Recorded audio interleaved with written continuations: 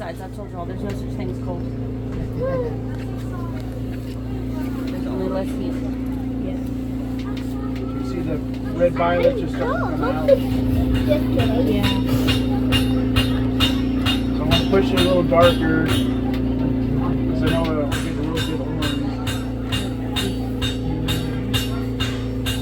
Oh, wow. That is amazing. It turned pink? How? Just with heat. Yep. So as the copper molecule and the oxygen molecule build structure to create this, it's an oxide, copper oxide on the surface. It's refracting the light different. So that's how I can get my colors. It's not the metal changing color, it's the oxidation on top. So like when copper turns brown, like this has kind of gone to a brown color, it oxidizes. And so I just use my torch to speed up that natural process. But I do it much slower and I get a little more control of my colors. So I can show you, these are kind of demoed on these, but you get the idea.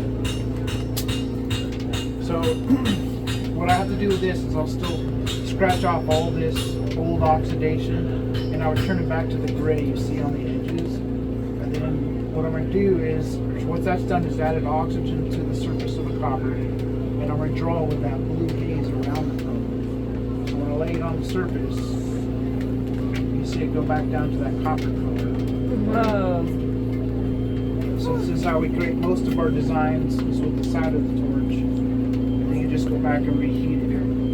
So I know it's going to go to the orange, red violets, purples, and then it goes into a blue. Hotter will go into yellow. Starting to turn orange. Then there's a little bit of hot pink that comes out, and it goes back to the gray. So I'm gonna let that cool down. I got a fan down here. And then I can actually go over top, erase the yellow.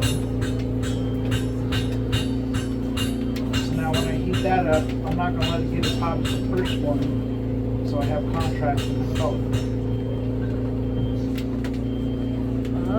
That's so cool. You can do little copper highlights to create a little more interest.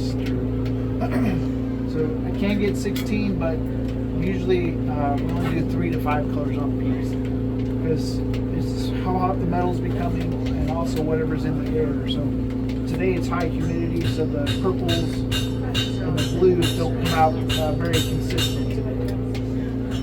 So if you mess up, then you can just go back and fix it? Yeah. If I mess up, but I don't mess up. Like, if you just start and then you if you just start and it's your first thing you make, then you might mess up. And Sure. so you just... Well, if it doesn't create an artistic opportunity, then I can actually just scratch this all off and start over again. I would just do all kinds of stuff with it over and So I over. don't have any real waste or anything. But I don't want to do it too many times because this copper is the copper I'm using right now is so soft that it'll begin to look misshapen and it's kind of rounded. Yeah. But I can create circles, just go straight in.